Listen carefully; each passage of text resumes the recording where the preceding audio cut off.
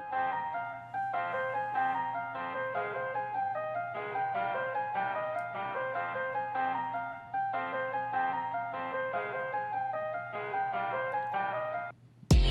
Woo!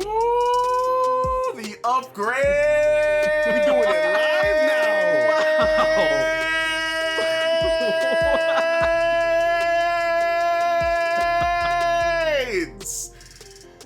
Yo! Wow. So good. We got live intros now? We have live intros now. Oh my Why does god. nobody The tell us these upgrades. things? The upgrades. The upgrades. Yo, All right, Cyborg, I see you. this is episode 110 of Should I Play That? Your weekly podcast about video games in the industry and culture surrounding them. I am your host, Chris, aka SSJ Bycraft, aka Mr. Muckluck, aka the Great One. Y'all, you don't understand. I've been half asleep all day, and once I hear that music, once I hear my guys, the boys, also in the studio audience with me, I am hyped. I have become a second person. I'm another person. I am no longer just Chris. I am SSJ Blackrat. I am Mr. Muckluck. I am the Great One. Tell him, Oh Chris. shit, goddamn. Tell him, Chris. Shivers. I am openly weeping right now. That was beautiful. Oh my gosh, that was so good. So just for full disclosure, Chris did not tell us like that he was going to do a live intro before we started actually recording, and I am thoroughly shook. That man's insane. I love it. Hey, listen, it's what I do, and I love what I do. It's fun. This is great, and just being able to do this once again live, doing this on Twitch, doing this on YouTube, having clips on Instagram, having clips on TikTok at some point. Those are in the works, but we have been consistent with uploading the episodes on YouTube. So shout out to our one viewer, 1 to 2 viewers. Appreciate you. We appreciate you. We appreciate our audio listeners. Appreciate you guys. And I've also been looking on the stats on Facebook. A couple of y'all see our posts. Y'all need to start liking them and maybe sharing them. But y'all are at least seeing them. And I appreciate that. I appreciate that, you guys. But James, Rod, how y'all doing? What's going on? I'm doing great now. I was half asleep like you were saying before. It's late on this side of the planet, but like I am up now. That was nice. Thank you, sir. Yes. Hey, I'm man. feeling it. I'm ready. Let's go. Yeah, I what you, Ron? mean that man, I don't have words. I don't have words. Like that was truly awesome. Like just to see the rise, like after 110 episodes of doing this, and like you still managed to surprise Chris. Still, it was great. Honestly, that's how I'm doing right now. I'm doing fantastic. That's good. So, like, what? How was the week? You know, before we get into jumping into talking about video games, you know, and I like sort of like filling in with you guys, seeing how life is. So, like, first and foremost, our boy James is on TikTok. If you're not following him already, Oh yeah. James, where can they find you on TikTok? You can look me up at New James Plus. That is the plus symbol, not the word. I like it. It was a fun name. Rolls off the tongue. I'm gonna use it. New James Plus. Well, my second one out there now. Yeah, second TikTok up. It's just if you haven't seen it, go check it out. It's a play on that what's that beat go? Where's it go? I'll find it. Anyway, it's fun. Check it out. New James Plus. Go take a listen. You know, But besides that, I that's like it. that. New James Plus. All right. I said, you know, James, you're great with the names. Like, Yeah. All right. always with the puns. Like, just I love a solid pun, man. You've got to do it. it's always A1. Always. I appreciate it, bro. You see, that's the thing is that a lot of times it's not even corny. It's like it's legitimately good. Like New James Plus is not something I've like. That is amazing. That's incredible. That's someone you just thought of that from your head. Like, but you've always been like that though. So it's a blessing. Thank you, sir. I appreciate that. I mean, besides that, yo, actually, I want to just shout out the bad days run one time real quick because I want to say I had quite a rough one. Was it 2 days ago? So rough day at work as per usual. Had a nice little beach day planned afterwards. And let's just say like everything that could have gone wrong with the beach day did go wrong with the beach day. Oh Oh no. no. Oh no. So the question is, do you eat before you go, or do you eat at the beach? Decide to eat at the beach. Go out to the beach, the place we pick. We're like, we'll call ahead, pick up some food, set up a tent on there, enjoy the waves. It'll be great. Call, no answer. Call for like 30 minutes straight, no answer. Finally decide to walk up to the restaurant. Guess what? They're closed Mm. for maintenance Oh no. at 4 o'clock in the Oh, middle man. of the week. Damn. And not just that one, every restaurant on the storefront shut down. So everybody's crammed into like everybody on this island is crammed into like 5 different restaurants on the beachfront. So you know wait times are stupid. So like a solid hour goes by for 2 cheeseburgers, couple fries. That's it. Thing is salty beyond all belief. Damn. Like they just chucked the burgers in salt and was like, here you go, enjoy. So then get back to the tent. Have to fight to put the tent up. Wind is crazy. Don't put up tents in the wind. Terrible idea. Just don't do it. Finally get the tent up, get inside, realize the food is trash. It was just a rough night, man. Mm. But I'm grateful because it was a day I got to have anyway. So, There you moral of go. the story: just be grateful for the times you got, even when they kind of suck. Oh. Because that one Glass, really sucks. glass half full. That's commendable. There That's we go. commendable, man. That's it. It's not always Man. sunshine and rainbows, but we still here. That's nice, man. See, I think I need to start thinking of it like that sometimes, because you don't want the bad days to just like dominate your behavior, and affect your mood. It affects other people's mood. Yeah, that stuff resonates with people. So. Oh, to be fair, in the moment, bad moods were had um, Fair. from multiple parties. Let's just be real. But you're right. It's part of the thing of realizing, like, we'll get through this. It'll all be fine. We just gotta Yeah. keep on moving to the next day. Yeah, Yeah. I say dropping some that's gems. how my week went. Just a little one. Little chaos and room for you. What about Rod? What about you, man? Well, I hate to follow that because it's not as exciting, honestly. I have just been I've been extremely busy, but not in like a terrible way.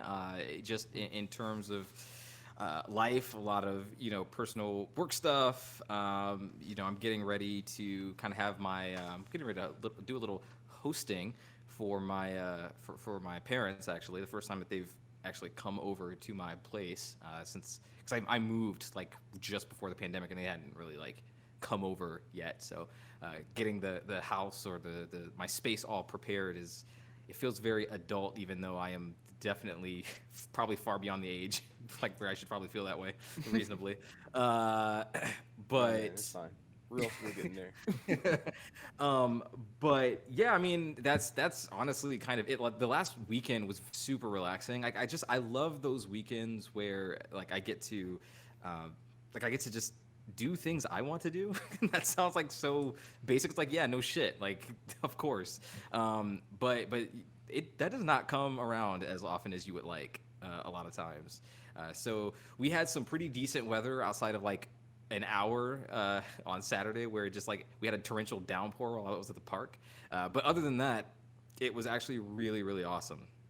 And it's been cool to like kind of step out a little bit more. I still haven't been to a theater yet or anything like that, or sit down to a restaurant, but it's coming, and I'm You're working up to inching. I was gonna say you're working your way up. That's the way to do it. that. That's Yeah. the movie that's going to. I was gonna say unlike the rest of Atlanta, who's fully open. Right. James, the movie to get me back, that's a good question, actually. I mean, I don't know. Like, it would have to be something I've been looking forward to for like a good while. And I'm not sure if it would be like a blockbuster thing or an indie thing. Not really sure yet. I was gonna say It would, it's probably gonna be an indie thing because I can't see you like popping your theater cherry with Fast Nine. like Fast Nine or Black Widow or something like that. I probably would watch Fast 9, although I See? will say that the reviews though have not been too kind to that one. And the Let's- last couple entries, I don't know. I don't know. Can we say something Fast about 8. this real quick? Can we say Sure. because this is something that like I think I've seen like trend for like maybe like for like a not even like a day, maybe like for a couple hours earlier Okay. this week, but people need to like there's like this weird like need to hyper analyze or to like look down upon like certain movies or certain I guess forms of media. Mhm. Like, listen, you need to calm down. You need to like just relax because if Fast like because this is 9, right? It's coming out. Yeah. Yeah. If Fast 9 is like too much for you, like that's what the franchise is about. If you're not expecting Vin Diesel to catch a car because he like at this point that's what he's doing in these movies. He's having cars thrown at him. He's like catching it and like throwing it. Listen, this is one of those movies where you can literally turn your brain off and just enjoy yourself. Enjoy like just explosions and like just nonsensical things, but it's fun. It's a good ride, and it's so frustrating that people are so like up their asses about these type of movies. It's literally just Rocket League the movie. I I had not considered that, but that makes a lot of sense. Especially considering they did announce another cross promotion with Fast and Furious today. That's Boom. funny. Yeah, I get what you're saying, Chris. I do. I do. And to some degree, I do agree with that. I do think that sometimes you can turn your brain off and something can still be bad. Like there are some movies out there like that. Like I think Batman versus Superman, at least for me, was that film. Like I really didn't like that movie at all. Yeah, Like sometimes you're right. I'll come out of it and I'll be like, all right, whatever, it wasn't for me, right? But like Justice League, I thought about that way with Justice League. I was like, that wasn't awful, but like I would probably never watch it again. All right, cool. Batman versus Superman, I was actually upset. I was visibly hurt, confused, pained. I nearly wept at one point, and it was not because of what was going on in the movie. I mean, it was, but not because they wanted me to feel this way. Oh my god. But yeah, no, I do see what you're saying. To some degree though, Chris. Like there are, I'm not going to. You have to go into some of those movies with like certain expectations. Like right, you're not. It's not going to win any Oscars. Right? It's not. It's not, and that's okay. Not everything has to be. And you know what? That actually brings up a good point that is applicable, I think, to all forms of media, which is I think just in enthusiast communities, we have this tendency to, spotlight a lot of reactions that are like the best thing ever or the worst thing ever, and nothing can be just like fine or okay. And then when you hear that it's fine or okay, people think that's bad. Right. Mhm. Exactly. Because It it's has not to the best blow thing. your mind, right? Mm-hmm. Has to blow minds or it's just trash, which is a Right. sad place to be in. Yeah, absolutely. Yeah, that's a good point. Trash or best thing ever. And I try to be really careful about that too. Like when I'm talking about something, I try really hard not to like just exaggerate and use a lot of like big language like that. Saying that something is trash. If I say that, I'm going to probably give you like 10 reasons why I think that, because I don't think that that's like a light statement. Go ahead, Chris. No, I was gonna say, and like that's why I'm glad that we do this show. Is that I think we all agree on that. Mm-hmm. That I feel like I've been guilty of saying that though. what I mean, I've Yeah. I've said it before, and this, but at the same time, like, it's. I feel It's like fine. I could give a reason why I say that something like just is Right, trash. like it's fine to say something is trash because you don't say everything is trash, and you don't say everything is the best thing ever. Like that's what I'm saying. Like you have measured responses. Like if you say something is trash, James, like I'm going to assume that it really upset you to a very great degree. Like I don't just think like, oh no, it's actually probably okay. Dragon Ball Evolution. That's trash. Sure, I've never played it, but I would be like, yeah, maybe really bad at that Oh no, point. the Because movie. the movie. Oh, that one with the Justin Chatwin or Yeah, sure, whatever his that name guy. is. Whoever suicided his career, that guy. Ah, yes.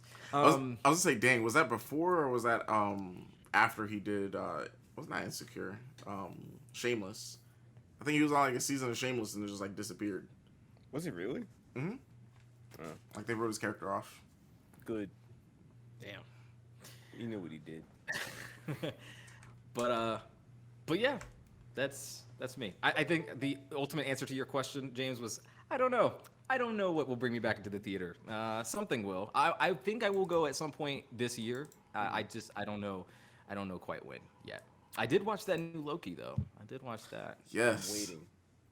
Yeah. I should have watched Loki instead of going to the beach. It, So James, because I think you did this for like the other like Marvel TV shows. Like just wait until like they stack up because I feel like at this point it's consistent that these shows take at least like 2 to 3 episodes to pick up. Like right now they're just like introducing you to characters. They're like introducing you to sort of like what's going on, but there isn't like a hook yet. Like they're teasing characters and they're like teasing things, but it's not like I feel like how like you're at for a Marvel movie, it normally like pulls you in at least like 20 minutes in, Right. about 20-25 minutes in.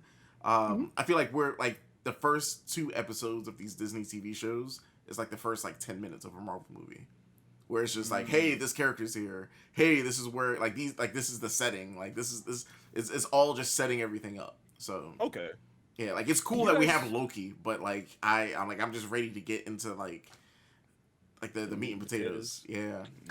Wow, I actually really like this a lot. I was pretty enthralled like in this episode, and I even watched it with someone who was not looking forward to it at all.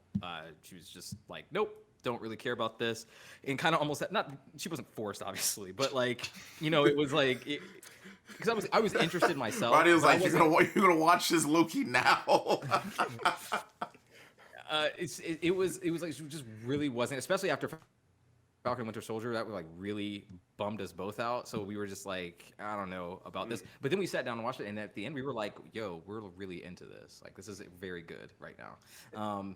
And that kind of leads me into something I want to ask. Do you guys prefer the binge model or weekly? For anything, it doesn't have to be like for the Marvel stuff. It could be for anything. So it depends on it really depends because I could do like the weekly or because at the same time like I read manga, so like for certain manga like I'm sort of forced to like wait monthly at times for new chapters to come out. So because of that and just sort of like how I'm so busy, like it's sort of good that I'm not able to sort of like just binge a show. Now, granted, like when I finally have a day off and I really don't have like extra things to do on that day off, yeah, of course, like it's great to sort of like sit there and binge through a couple of episodes. But I don't know. I think like at a certain point in my life, I would have been like, no, just give me everything now. But I'm okay with having week to week, and it sort of gives me something to look towards like the next week, and sometimes it makes like the week go by faster for me. Okay. How about you, James? I pretty much echo that. Chris is right on the money as he was going through it, because like there was definitely a time I would agree.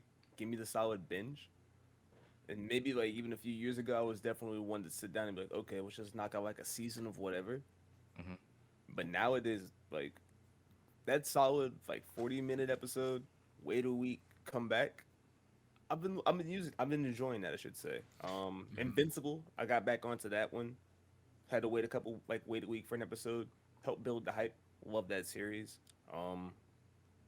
Even like catching up at the very end of Falcon and Winter Soldier, I liked it better when I binged up into the last couple episodes and then waited 2 weeks.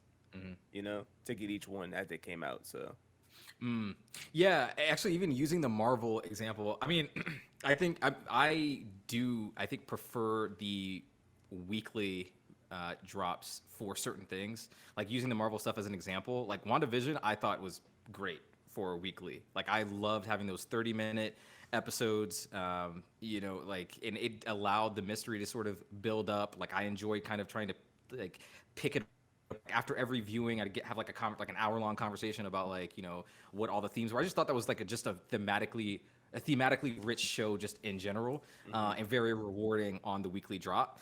Something like Falcon and Winter Soldier, I kind of wish I had binged through, because it felt really excruciating to me. Like for one one week, an hour long.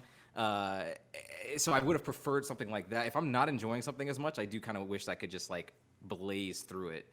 Whereas something again like WandaVision or Mad Men, Breaking Bad, Better Call Saul, like a lot of these, especially these prestige shows, The Wire, like those are great shows to kind of like watch weekly because you have so much to digest and dissect over that next 7 days that you don't really get when you binge because you're so busy consuming and not doing enough thinking about it. Like you can't let things just kind of marinate really when you binge through things. I think the biggest thing for me is like Twitter reactions and just sort of like being part of a conversation about like that particular episode. Because I feel like when you're able to like just binge through things, like people are at different points, so it's sort of hard to have like certain conversations with people because they may be too forward, they may be too far ahead of you, they may be too behind you. So like I like it that there's like a nice crowd of people that are keeping up with things like week to week and just being in that conversation. Also for me, like it sort of helps me stay off of Twitter too. So Loki is gonna be is the first like Marvel Disney Plus show to not air on a Friday, so it airs Wednesdays, and I actually did a good job like not watching it because I'll like watch it like as soon as it drops and then like rewatch it with my girlfriend. But I actually did a good job this time. I was like, you know what, I could wait, and we watched it together and enjoyed it. Yeah. I think that's awesome. That's the way to go, in my opinion. That's why you also see Netflix shows drop off in terms of discussion very quickly. Like after they come out, like it's 2 weeks later, and you're like, oh, that came out, On to the next thing. Exactly. I was gonna say, look at was it Jupiter's Legacy? So was that just like did people not watch that? Why did it get canceled already? I don't think people really watched it, and like there wasn't really too much buzz on that show. At least not for me. Like I really didn't see and like I feel like the people that I'm like friends with on Facebook, people I follow on Instagram and Twitter, like we sort of like consume the same type of media, and no one really talked about it. I feel like that was the same for me too. Yeah, like so it wasn't. People were just like up in arms, not up in arms about it, but like excited about. And apparently it's disappointing because it's a good like it's a good franchise. Like it has like a well established franchise, and I guess the word is like they might do a spin-off of like Villains or something like that and see where that goes. So I don't know. Like I hope they figure something out. Like they release, like they let all of the actors like be released from their contracts. So if that's saying something, it's like, hey, like you don't have to like if you don't want to come back, you don't have to come back. So I don't know, that's weird. But at the same time, like I guess they're sort of moving on to other projects. So who knows what that means? Yeah, could mean anything. Yeah. Netflix has a weird philosophy around shows. Like they don't want things generally to go over 3 seasons. They feel like it's redundant at that point because it's not bringing in new people to the service. And we don't understand that because we don't see their numbers. Like unlike cable companies where we can like measure ratings by the Nielsen box or Nielsen ratings, we have no idea. They don't release numbers generally. They might do like a ballpark figure, but we don't have specifics. So it's really tough when Netflix like cancels something. Everybody's just kind of left shrugging their shoulders like, I don't know. I guess no one watched it. Like that we can only assume. Yeah.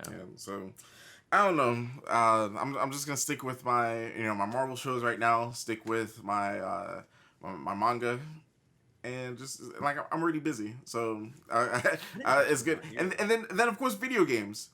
So we have a ton of video game news that we're gonna I guess sort of like. So we're doing predictions. I guess E3 is here.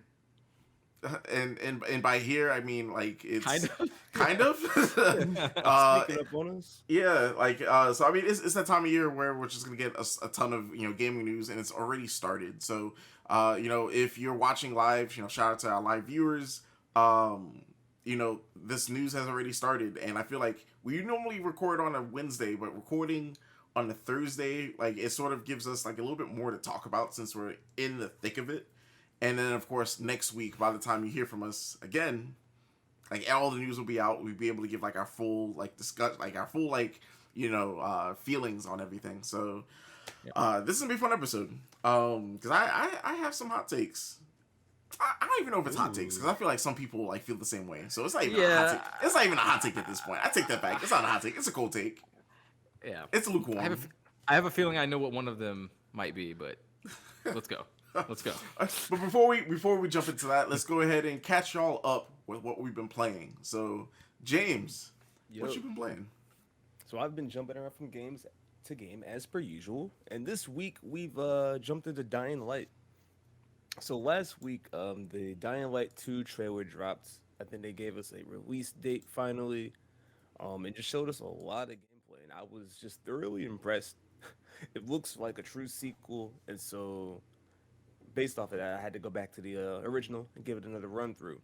Playing on the Xbox Series X also takes advantage of the FPS boost, so now I'm playing at 60. It's super smooth, and that just lends itself to the parkour gameplay really well.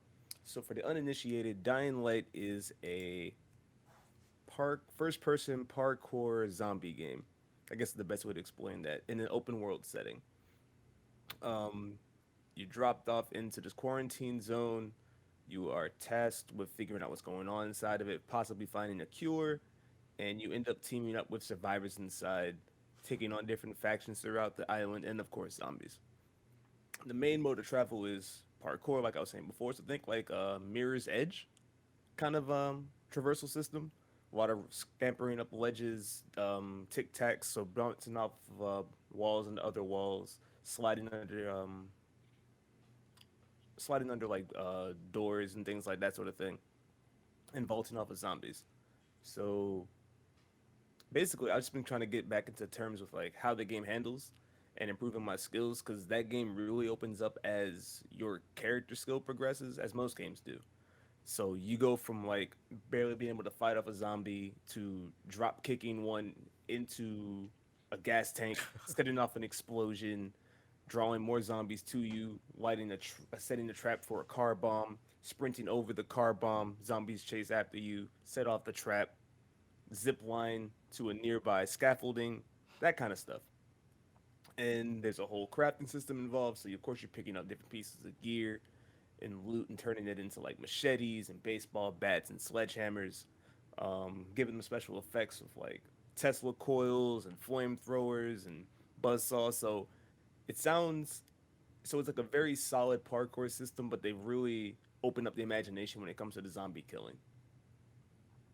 You can do hand to hand combat if you prefer. There's also like the moral choices, good or bad. Which factions do you help? So there's different endings and things like that. Wait, was But there? it's just yeah, I I always remember this game being pretty linear. I might have to go back and replay it. Mhm. Because But, you know, so Rod, me and you like replayed. I replayed it. I think you played it Right. through the first time for the first Yep. time. Do you remember like having choices and stuff like that? I remember having like some light choices. I actually wasn't sure that it made that much of a difference, honestly. So that's a little shocking. But I do remember like there being like a tree, like a dialogue tree that you could you know, choose like a from. good ending, a bad ending. That's what. Exactly, exactly. Very binary type thing. Yeah. Like James, you had me at like running up the zombies and drop kicking them. That's all. That's all I remember doing in that game. Yeah, that's what I've been doing the last couple of hours. Yeah. Something pretty striking about Dying Light 2, I think worth shouting out, is just the fact that it does co-op so well. Like it's seamless. Drop in, drop out. Like it just never feels like, oh, I have to do this part solo. Like everything practically can be done with a friend up until like I think the very last mission or something like that. And it's weird that they sort of cut you off that way because, like you said, like this majority of this game is all co-op, but then like the very Yeah. last mission, they're like, nope, you gotta do it by yourself. It's all on you. Yeah, and that's what makes it so jarring because it handles co-op so beautifully. I just wish games did that more. Like you could bring in your person, like your like dude, and run around the world and collect like stuff for your character. I don't know. It just that's really neat. I really wish more games would take that philosophy. But yeah, that's pretty much all I've been playing this week. So sliding it over to Roddy. What have you been playing, my guy? Man, so a couple things. Well, first of all, I bought Hunt Showdown or The Showdown or whatever. Hunt something. I don't know. It's that Crytek game. And just wanted to bring it up because I'll probably be talking about that soon. But I did not get a chance to actually play it much because of other things that have been on my plate. One of which is Returnal. And with Returnal, we've talked about this game a lot in the past few weeks. I just really wanted to shout it out here because I had a hell of a run. So as you guys know, I was struggling so hard to get past Biome 3. It was just kicking my ass, just up and down the pavement. This game said, oh yeah, you thought you were good at games, like, fuck you. And it was just brutal. And jarring too, because I didn't feel like a lot of the game had been hard up to that point, but Biome 3 was like a hard wall. that I beat the bosses. I think I beat boss 1 in 2 tries, and I beat the second boss in 1 try. So I was like, okay, what the hell is going on? And clearly, like, I'm just bad at Biome 3. And so I had put the game down for a while to like go play other stuff, and then I picked it up just on a whim, completely on a whim. Almost forgot that I even owned it until I was like browsing my PS5 UI, and I was like, oh yeah, Returnal. Like, let me just pop this in real quick and get my ass kicked. Maybe I can get a little further this time. So popped it in, started the run, and Chris's voice in the back of my head just kept just popping up, going like, run through Biome 1, you fucking idiot. Like, it just kept, because you said something similar to, I'm paraphrasing, but you said something similar like we talked about this game. And so I did. I ran through a lot of Biome 1, and not too much though. I didn't run through the whole thing, but maybe like half of it, and went straight to Biome 3 and had immediately upon entering, I got the enemies that kamikaze you, basically, like. Yeah. So James, you know my pain. Oh, I hate those things. Yeah. I did not know. So I was struggling with them because I didn't really have a feel on when to attack, when to dodge, because when they dive at you, the tell is not obvious at all. Nope. And you're hit before you even realize it. And so I had a really scrappy run, like through this. I told you guys this kind of privately, but man, this is the one run where I was actually like pausing. I was going back to like rooms to like investigate and to make sure I was collecting every single health power up and resin that I could, because it was just that scrappy, man. I really was just scrounging around, hoping to just survive. It was not a clean run by any means, but somehow I managed to find a Hollow Seeker, which had decent proficiency on it, and I made it to the boss. Almost fucking died, and even had to spend like 6 ether on that reconstructor machine just in case, because I was like, I've made it so far, I cannot die here. I just can't. So I spent 6 ether, and then went over to the boss and wanted to shout this game out here because the boss in Biome 3, like, I wasn't really impressed with the first 2 bosses here. Biome 3 boss is actually pretty hype. Like, the music was awesome. The way that, I don't want to spoil it for some of you who haven't reached the boss yet, but the way that like it kind of just, I don't know, just when the orbs are coming at you, like the colored orbs that you have to like dodge, the things that Housemarque, they really specialize in, from like, Resogun and all their other games really. they like the way that all of that just fills the screen, and the traversal as well, like kind of mid match, is just this is such a cliched word, but I mean it's incredibly, it makes things feel incredibly like epic. Really, the size of the boss as well is like very imposing. It feels very much like a final boss fight, and knowing that there were more biomes, I was like, damn, is this not the last person, like, or creature or whatever? um just That's a really cool fight. that's a scary feeling, man. It is. It kind of was, honestly. Like, and my heart was just beating out of my chest because, like, I didn't want to die. Like, I was like, I made it so far. I did not want to lose, and I, miraculously, I survived. I beat the boss in like the one try that I got to him. And it was an awesome feeling. It gave me that Souls feeling, like when you triumph finally over something that has given you grief for the longest time, and it was great. That was a great feeling. I immediately shut the game off after that. I, I made sure I was like in a good place to stop, and immediately said, "Nope, I'm gonna just bask in this for a little while." Right. But Enjoying victories.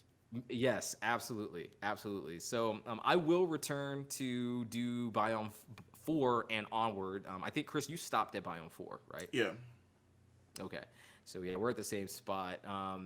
I highly recommend, if anybody has been like kind of struggling or on the fence, at least see that Biome 3 boss. I thought it was spectacular. Definitely. So that was Returnal. I have been playing one other game that I have also really been enjoying. So if you guys have been listening to the show for a while, you guys know that I'm a huge Nier Automata fan. It's one of my favorite games of the past generation. Definitely in my top 10. I think it's actually has one of my favorite stories in any game ever, and maybe even in fiction. Like, it's just a great, like, certain things that come upon, like some things you encounter and you're just like, this isn't good for like X. This is just like straight up good. Like, this isn't just a good story for a video game. This is like a great story. And I really felt that way about Nier Automata. And so I picked up Nier Replicant, and this is the remake of Nier Gestalt, I think it was called in the US, when it released like 10 years ago or so. Maybe not 10 years, maybe like 8 or something like that. But this is a completely. It's not just a remaster. I see a lot of people saying it's a remaster, but they've actually upgraded a lot of systems. The graphics have gotten an overhaul. The combat is actually completely different, or I'd say mostly different. The combat in the original Nier was supposedly very sluggish, or more so than this one is. This resembles more of a character, like a traditional character action game, like a Devil May Cry, Bayonetta, or even Nier Automata is probably the best or the better comparison here.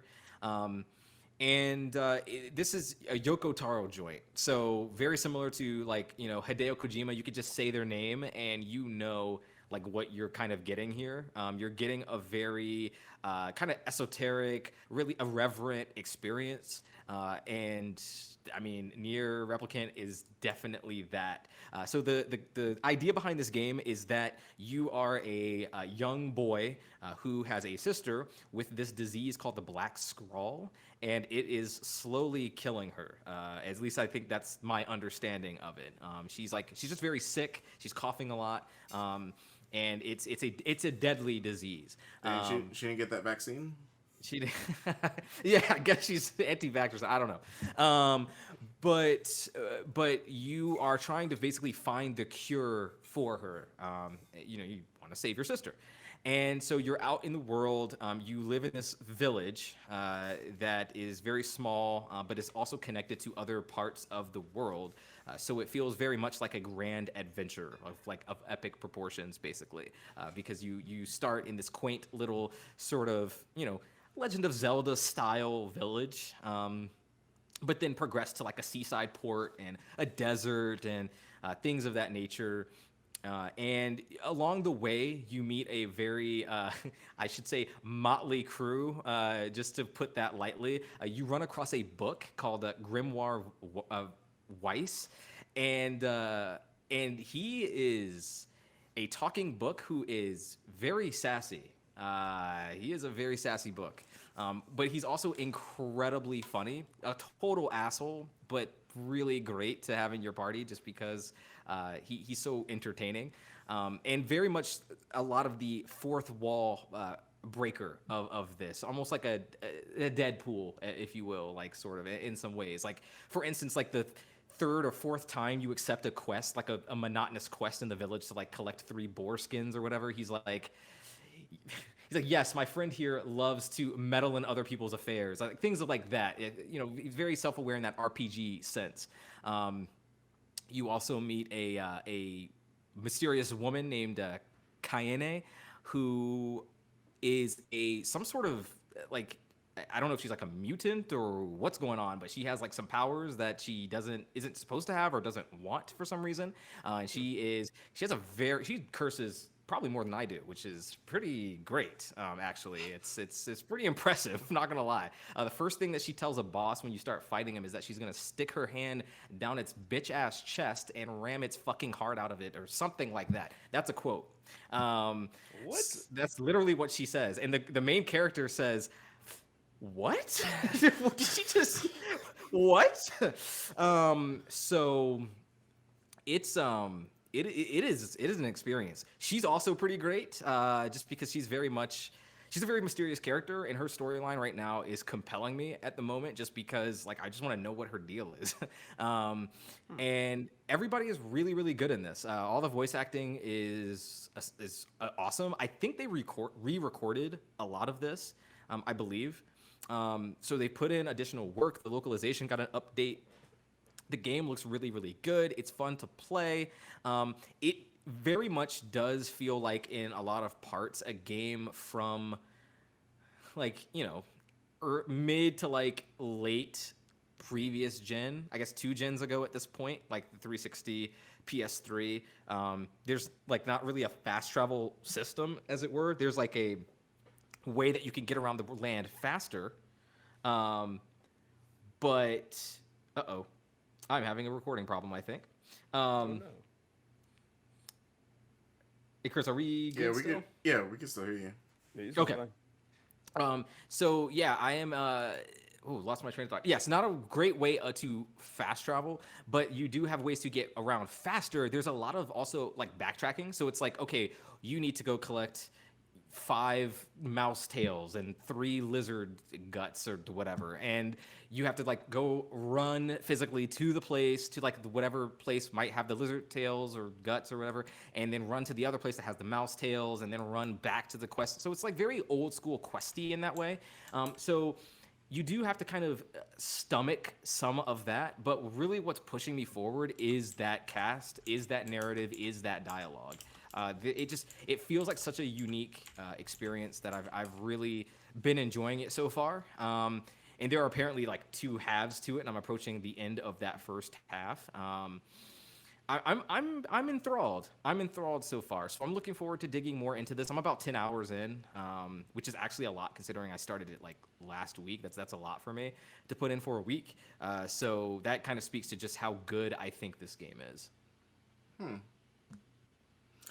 See, and you get mad at me for not finishing Nier Automata. Like I get it. Like, and like I've played like, I don't know, maybe like 4 or 5 hours of the game, and it's a good game. It's just that I have ADHD, y'all. Like if I think what it is that like I think I had to go somewhere and like I just didn't feel like it. I was like, yo, why is this world so big? Like it's too much. And Yeah.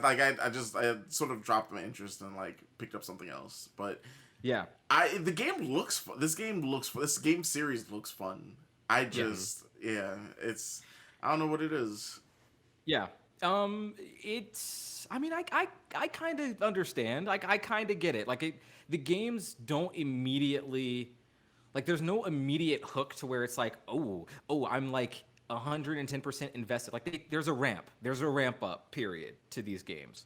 And the same is true in here in Near Replicant. Like, it's not just immediately like, just a home run. All right, cool. Like you have to have some degree of patience with it. Not saying that you didn't, Chris. I'm just saying in general. Like, I didn't have patience. with these. I just didn't have patience. Okay, sure, sure. Like I just with these type of experiences, like there's something always off kilter with like with what's going on here. Like things don't feel quite right or normal, and you want to like figure out and unravel that mystery. That's what's really getting me going right now and keeping me invested is the fact that I want to like I want to peel that onion. I want to know what's going on at the center of this thing because something's not right. Like for example, the game starts like far into the future. It's like an apocalyptic, desolate New York, and you're the protagonist with your sister. She's like out of sorts, and you've got this book here, and you're being attacked by these enemies called shades. And at the end of that sequence, it says like 1,500 years later, and it's still like you and your sister, and you're the same age, but it's like they have no it's almost like they have no recollection or memory or of what's happening, but they don't seem to acknowledge like what happened before that the sequence you just played and how there's so much time that has passed because you went from like this winter apocalyptic place 1,500 years launched to like this very sunny bright village with actual people in it, and it's like, well, that's not right. That doesn't seem normal. So like that sort of thing is something that Yoko Taro does in both Nier games that really compels one to keep going with the experience. So yeah, I'm very curious to keep going on this. I have theories on what might be happening, given that this game is a prequel to Automata. I have a feeling I might know, but I don't, and that's actually really exciting. So, yeah, that's Nier Replicant, guys. It's pretty good. Nice. Oh, all right. That's all I've been playing this week. So real quick, I guess I could sort of talk about what I've been playing. And Rod, real quick, if you could leave and then come back, just so we could definitely get you to record on the back end. But yeah, it's been a long week for me, and I've been playing a game called Life, and it just keeps going.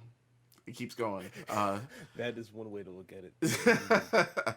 I think like I've played like I think I played like a small amount this past week, but it's more or less the same games I've been playing over the past couple of weeks, so it's nothing to like really like dive into. Here's one gripe though. I've been trying to like go back and play Knockout City. And the netcode is trash. Really? I haven't. My first game has always been like a laggy mess to the point where I'm like, I don't even want to play. So, are you playing wired or wireless? I'm playing wireless, but at the same time, I have like really really good internet. So like other games, it doesn't really like give me an issue. I see, but I went through the same thing. When we first had the beta, remember I was telling you the game felt wrong? Yeah. I was playing on Wi-Fi like then. The moment I plugged in, things have been pretty smooth. Okay. So I would suggest that first. I'll try that out. It might be Smash netcode.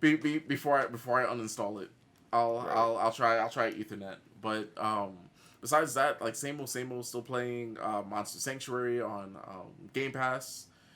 Still playing Hellblade, and Hellblade's fun. It is a trip. It's that it's a audio visual experience for sure. Like I said last week, when games say, "Oh, like this is best experience with headphones on," like half the time, like they're right, but like there's like the very few times where I'm like, "Yo, this is like the only way to play this game." Mm-hmm. If you're playing Hellblade, like I said, make sure you're using headphones. And to me, it just adds into the experience. Like I play in like a room that's like pitch black, so that like it's just like I guess I'm more absorbed into what's going on in the game.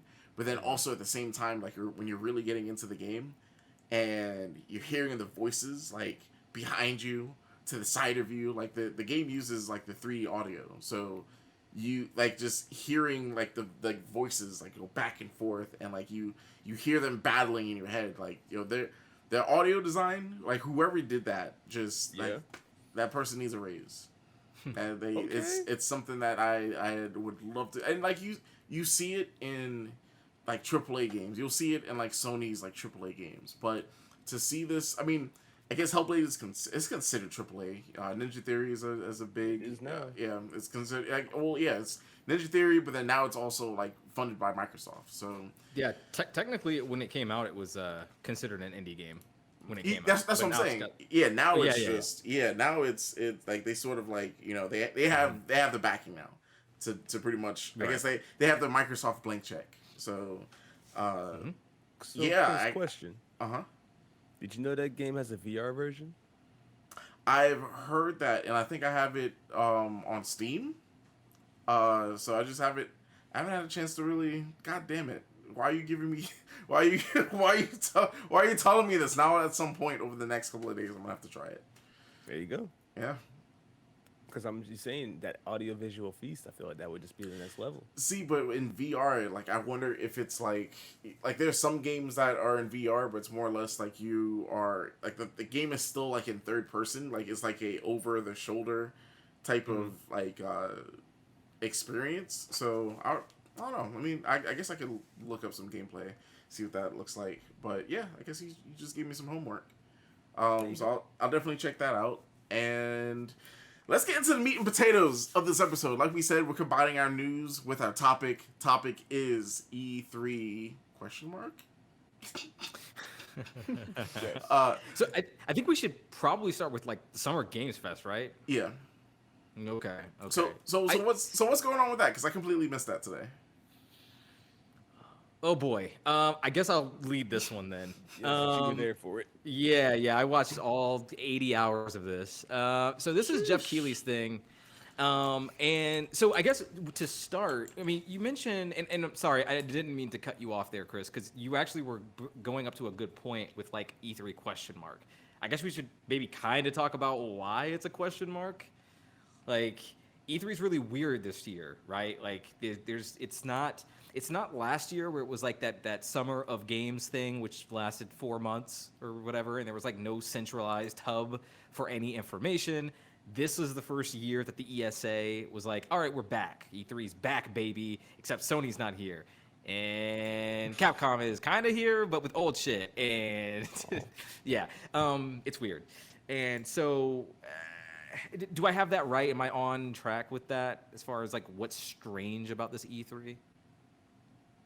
I would say so, and it feels maybe a bit more spread out than usual too. Mm-hmm. Because Yeah. usually with these kind of things, it's like 3 days, and you're like, I got everything I want to get. Mm-hmm. But now it feels like it goes on for like a solid week, Yeah. what 6 days, 7 days, something like that. Yeah. Yep. Exactly. And we're kicking it off really, which I guess is unofficially E3 week, since technically Summer Game Fest and E3 aren't like really playing together in the same sandbox. But I guess we could talk about a lot of the things that they brought up here. We don't have to mention everything because again, there was a lot of stuff, but just the highlights. So, James, you were talking about Tiny Tina Wonderlands and being excited about that, right? Mm-hmm. Yeah.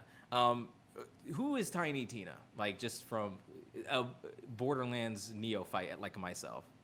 Oh, Tiny Tina is probably the most popular side character in the Borderlands franchise. Okay. Um, so she was first introduced in Borderlands 2, arguably the best game in the franchise as well. And then they had her star in the DLC campaign. I forget what it's called. It was like a Dungeons and Dragons spinoff, basically, Oh, with a okay. Borderlands theme, Huh. like Dungeons and Dragons. Hmm. And so now that they come back with this, which looks like a whole different spin-off title based around that same kind of concept, Mm-hmm. it's pretty exciting. So I guess more about who she is. She's a little psychopath. To be Got completely it. honest with you, she loves exploding things. I'm sure there's more to her character than that, like troubled childhood or something like that, because she has no parents, and we always know how that goes. Mm. So Man, okay. I was curious about that. I heard the name Tiny Tina. Borderlands 2 was not something I played a lot of, so I kind of missed out on that. But this is interesting because just like you said, this looks like a standalone title. not something that will be like a first-person Borderlands type thing. It's going to be like some high fantasy version. Maybe it could be Borderlands ish. Like maybe it might be first person, but it's going to have more of a high fantasy take. I think that's a possibility, and it's Yeah. still set in the same Borderlands universe. Which is interesting because that the guy in the trailer definitely looks like Clay from Borderlands 3. Oh, okay, that's who that is. All right.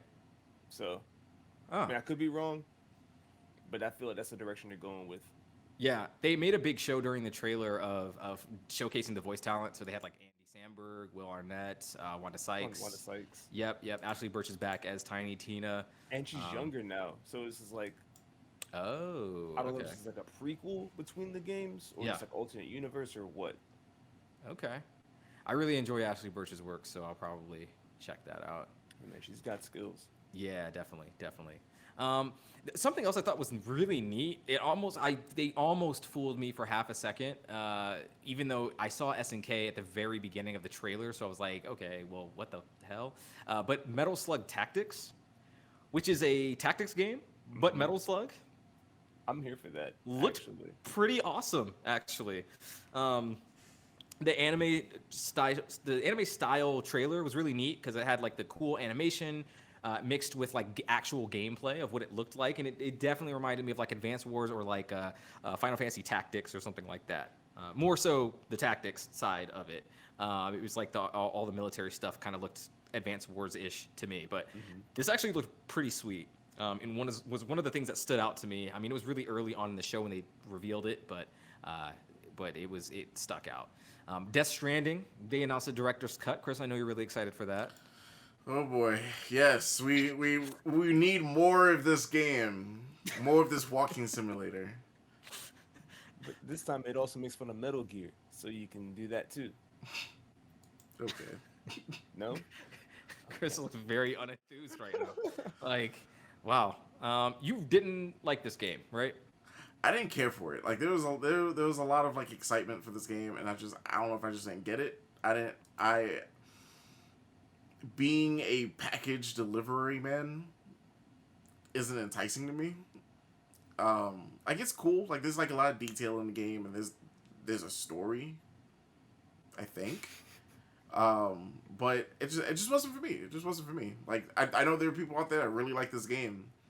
I'm not like downing that. Like it just didn't do it for me. Like I understand that Kojima has like he has his imagination's out there. I respect that. Like this man's a visionary. But come on now. Like Amazon Prime simulator, like it's not it wasn't for me. So you won't be day oneing this. No. No. but this is the director's cut, so it might be better. No. Okay. Yeah, so GIF that one, please. Word. GIF that. All right. So one thing. Oh, James, you just the other day talked about Scott Studios, and did. lo and behold, a sequel to Salt and Sanctuary, Salt and Sacrifice, got announced for 2022, and it's gonna have online co-op. That's pretty awesome. Because you talked about Scott Studios, that actually made me kind of go on like a little mini binge of kind of their work, and I was like, damn, I should check out that Salt and Sanctuary. Looks pretty awesome. So seeing this announced today was pretty funny. Really, another cool announcement that was made was Microsoft and I think Steam, maybe. I think it was maybe ID at Xbox. They made the announcement that Tunic and Sable are going to be a part of like an E3 initiative where like you'll have a lot of demos to play from home, just like last year. Last year they did the same thing, and I thought that was pretty cool. Those were the two games that they announced that will be on the little, I guess, E3 festival demo circuit thing, whatever that will be. So I thought that was really neat because both of those games look really cool. Both indie games that I think everybody should check a look, as Devolver might say. So I want to shout that out real quick because I yeah, think, please. like, if we're talking about like E3 season and everything else, that's the one thing people would go there for, right? Right. get your hands on some exclusive games. So now just being able to just download those E3 builds at home, that's just dope. Yeah, it's Like very cool.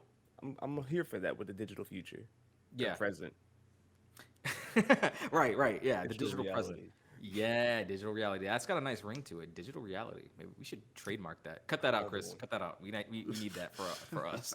Mhm. I actually definitely want to check out this Back for Blood that was announced to have a beta, an open beta. We knew it was going to have one, but it actually had a date drop. And maybe there was already a release date for this, but I didn't know what that was. So it looks like it's October, mid October. Fitting. And yeah.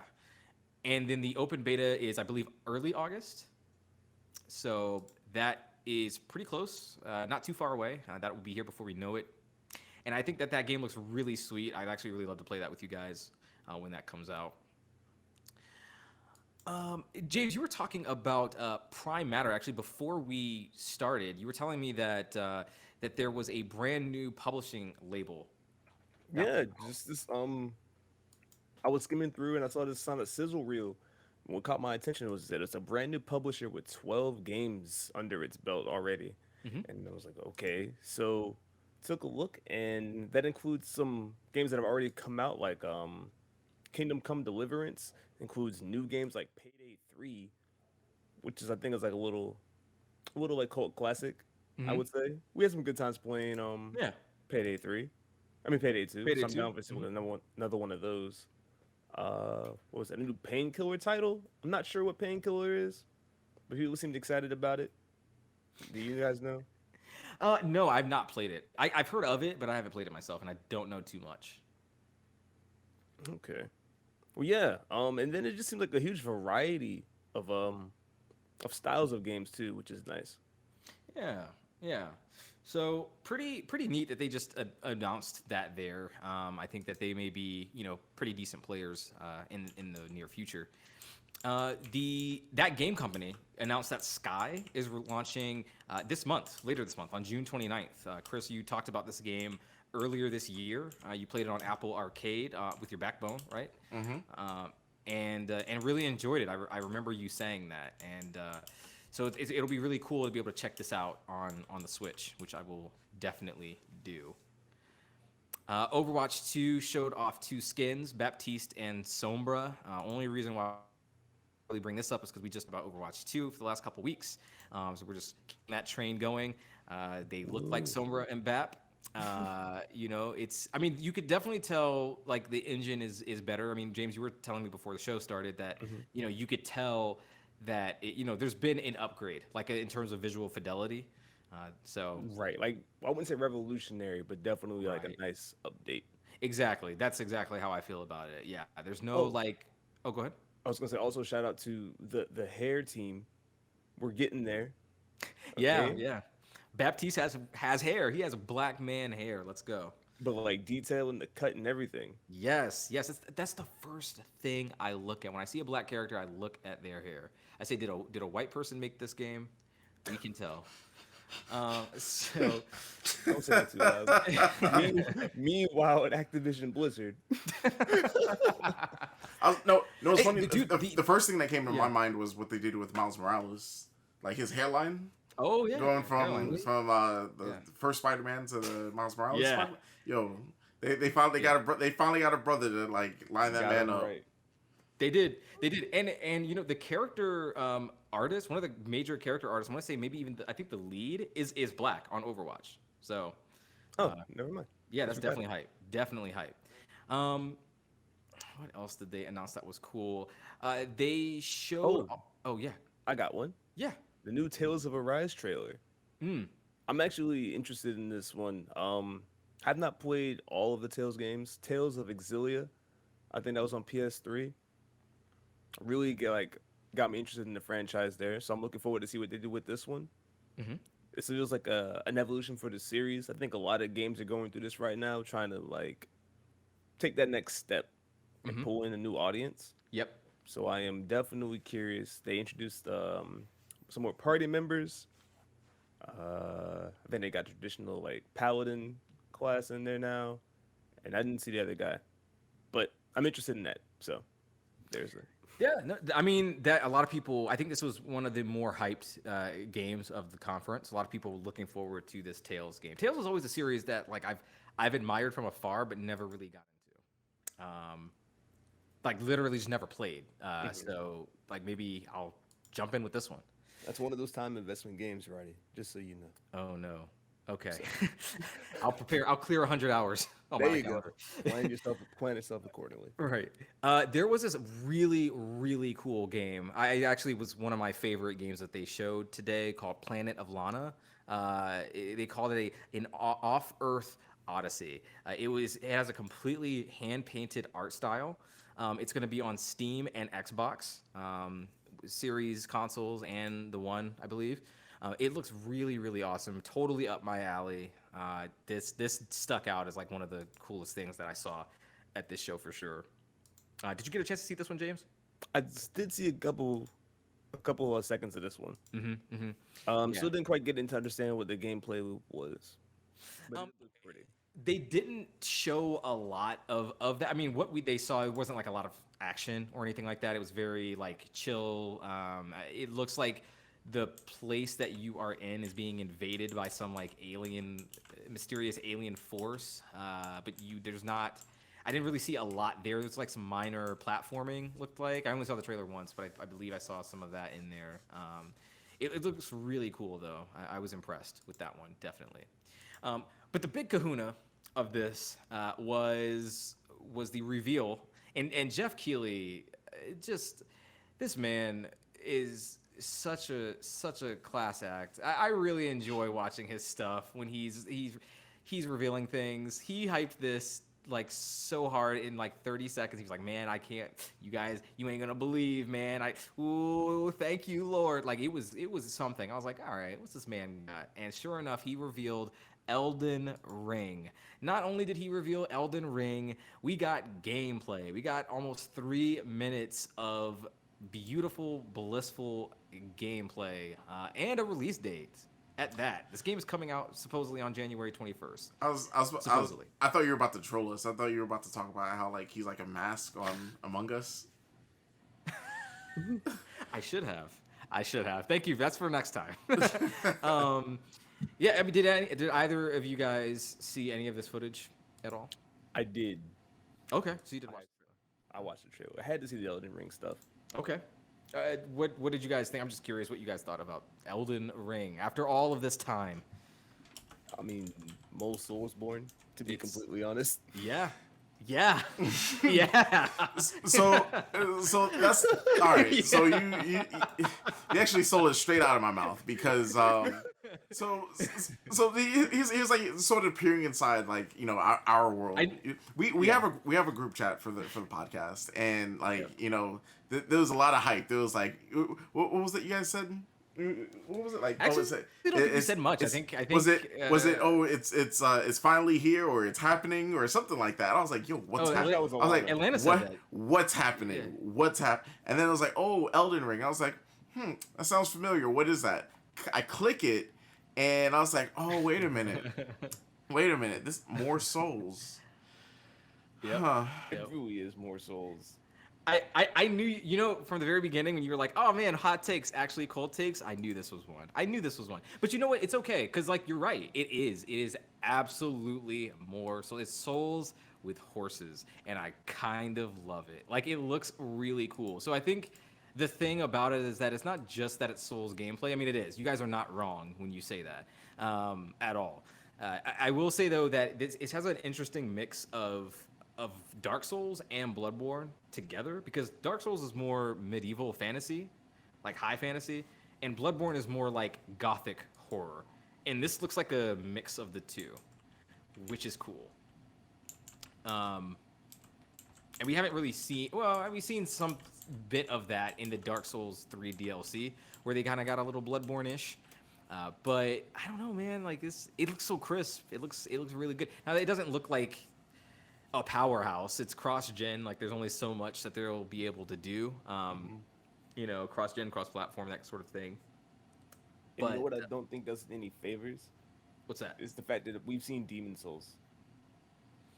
Yeah, Demon Souls visually, I think, blows it out of the water. I will say though that I like the art direction in this more already. Like the art style, like, and that's the thing is that everybody, like, a lot of people say like more Souls, more Souls, more Souls, but like I think the art direction here is like, I feel like a step above what I've seen like in the other Souls games. It looks really fucking cool. I don't know. I like it. I'm impressed with it. It, That's what I and was- that's and that's that's and that's where I was sitting. I was gonna say, and that's good. Like you know how we're like we say this on the show. We're like, you know what? Yeah. We're happy for people like the fans of this Sure. game. That's Yeah, that sure. from the bottom of my heart. I am happy y'all finally got this gameplay footage, this gameplay reveal, and like I'm sorry. It you said the aesthetic of this game. Yeah. It's Souls though. I mean, it's Souls in gameplay, and it is Souls-esque. It is very Souls-esque. But if you look at some of those character designs, some of the boss designs here are really spectacular. Like, I will give you that. This game, like the monsters do look cool, and visually it does look like super impressive. But I think the thing that lingers in the back of my mind is like this is going to play like a Souls game. yes, 100%. Yeah. Like if you gave me this, but it played like Ninja Gaiden or like Devil May Cry or something, yes, please, let's do it. hmm But just knowing that it's going to be that same, well, maybe it won't be the same. They found ways to iterate on the formula. They could surprise me. There's horseback combat now. That's cool. I think that's the thing. Like, I mean, just judging from the footage, again, I don't disagree with you guys at all. Like, it is absolutely more Souls. It looks like Souls with horses, which could be cool. Like, I mean, with Sekiro, it was the grappling hook. With Bloodborne, it was the offensive focused combat. Like, yeah, you're right. There is always like a hook to these things. I think the horse is the hook, from what I have gathered, unless they're hiding more gameplay stuff. The lightsaber sword's a nice touch. The sword, yeah, I mean, yeah, stuff like that. Like, we didn't really have magic weapons like that. I mean, you had magic in Souls, but not like that. Like, that is different. That wasn't really what we had in the other games. You know what? I think for me, I have to get my hands on this game. Like if it plays, like It's going to play like Souls, man. Like, it really will. So, like, I don't know if you're gonna like. I don't know if it's gonna change your mind. Like, if you don't like Souls, I don't think Elden Ring's gonna change anything for you. I don't know, man. That boss was kind of Sekiro-ish, and I could deal with Sekiro combat. Did you like Sekiro combat? I did. Okay. I didn't finish it, but I did enjoy the combat. In Sekiro. That was very. That was Souls-esque, but different enough. Like, it was more action game oriented. So it was more like a Ninja Gaiden or something like that. It just with the Souls philosophy of like, difficulty, really. Which is still technically the Ninja Gaiden philosophy, because those games are Exactly. difficult as hell too. Right. Like, you spawn somewhere and all the enemies come back, and like you die, you lose your stuff, but you can reclaim it. That sort of thing. Right. Where in some ways I thought Sekiro was actually even more forgiving because you had the verticality in the combat, and you didn't really have that in the other Souls games. Sorry, because I didn't mean to cut you off there. I wanted you to finish your thought on that. Oh no, that was that's pretty much it. Like I'm still in the same like boat that I am just with this like franchise. Sure. So Yeah. but I mean, but it's cool that y'all are getting another game. So like, wait, hold on, we got buttons for this now. This is what you wanted. Wait, we got buttons. There you go, y'all finally got it. Y'all finally got it. Congratulations, Souls fans. This one's for you. Yeah, I'll be. What's up, Chris? I was saying, how annoyed are you now? That I'm- Oh no, I'm not annoyed at all. No, seriously, like, I'm not annoyed at all. I completely walked in here today, kind of figuring that that was the reaction from you guys, but like, but you aren't wrong. Like, it is more Souls. For me, that's a great thing, but for people who don't, if you don't like Souls, I don't think this is gonna change anything, because what I saw looked very much like that. But I guess like the big like hook for this one, I guess, is gonna be like potentially the writing, since it's like a collab. Is it a collab between the creator of like Dark Souls and what, Lord of the George Rings? R. R. Martin. Yeah. Is that Lord of the Rings? That's No, Tolkien, that's bro. No. that's what's the Game of Thrones. Game of Thrones. There we go. Yeah, Yeah. So Miyazaki is, of course, the director of the Souls games, and George R. R. Martin has written the lore. So the story bits, have potential to be pretty special, but he hasn't contributed anything like gameplay related, really. Um, yeah, we saw a lot of course combat, and that might be where some of it is coming from. In all honesty, that's a good assumption, and that is different because we haven't really had like creatures. I don't believe that you can actually ride like that. Um, so yeah, Elden Ring, more souls. That's it. That's the show, guys. See you I guys mean, next week. no, but man, like we said, that's cool. So, was there anything else that really like? Because I guess that was like your like showstopper. Like that was the thing for you for this summer game fest. But like, what about everyone else? Like, was that really it? Like, I guess we have to wait for like the rest of E3.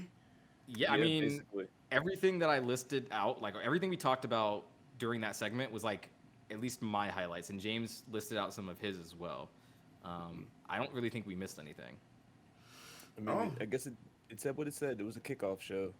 yeah. Yeah.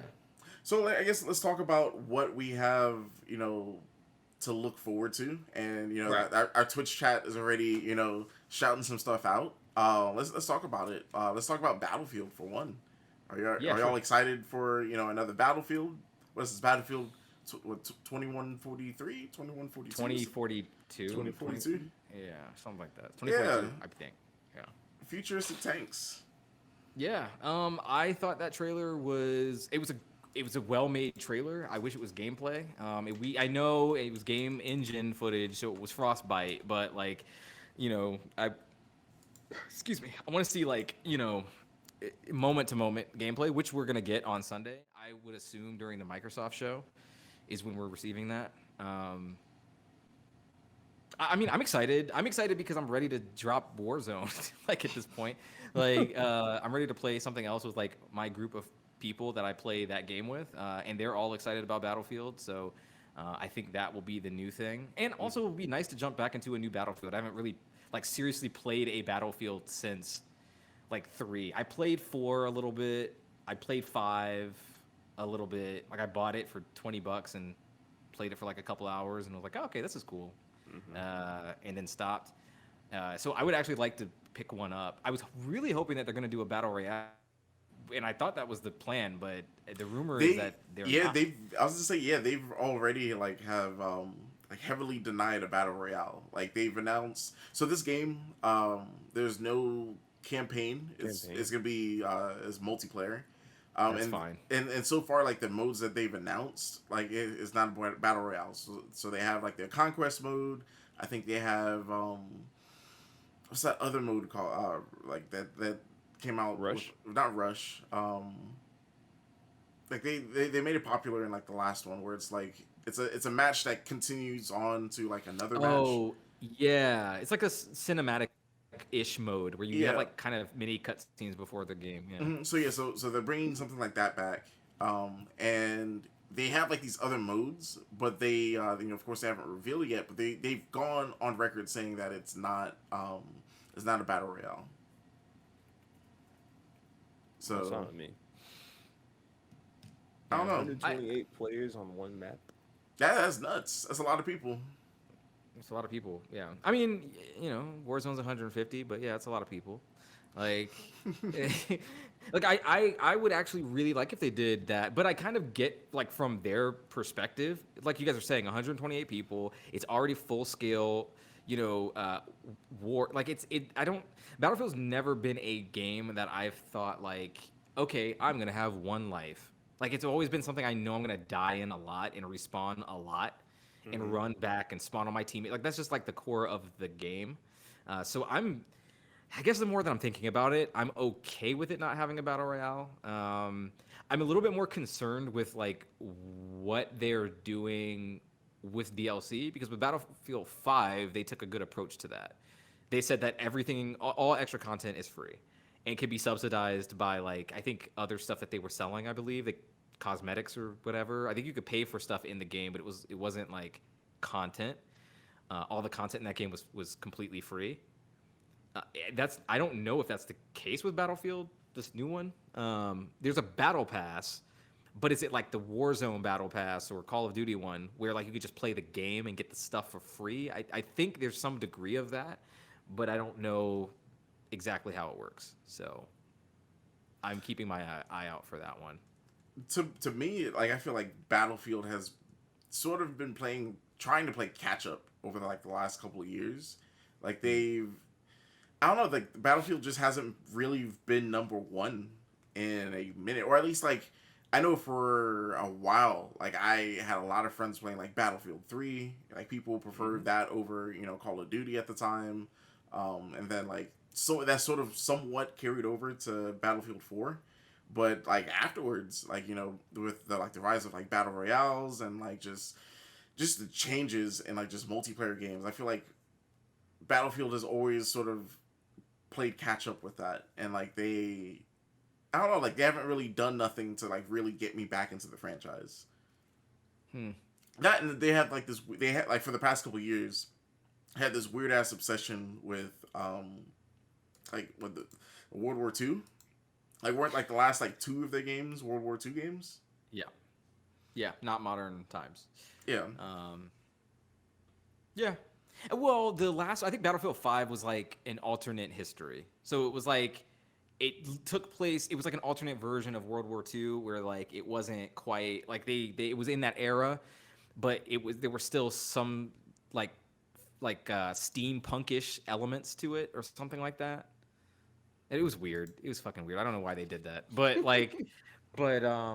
I mean, the game itself was fun. I thought like it was perfectly fine. I actually thought it was quite good. I think a lot of people didn't like it, but I thought it was fine. Oh, we got a correction. So the battle pass will not include the content. The paid pass will only have cosmetic advantages. They don't want to segregate the player base. So that's good. They're dropping all that premium stuff for the new game. So once again, they're like learning, and like the game has changed. Like people don't want to they don't want to like have like map passes and like, oh wait, I can't play that map because my friend doesn't have the season pass, or that's something like I think in this day and age, there's certain things that like I feel like have to be just an industry standard. So like one, crossplay, like that's at this point like you have to have it, and then two, like having like the map packs that are like only like you have to pay for it. I don't think that's so 2000. It's like so 2011. Yeah, that's back when we were playing Halo 3, you know, and they would release the new map packs, and you could queue up for the playlist with only that in the rotation, and if your buddies didn't have it, they couldn't play with you. That sort of thing. Wasn't that the worst though? Remember being like in a full party with people, and everyone's like, "All right, yo, let's jump into this new map," and then it's like, "Yo, like we can't launch. What's going on?"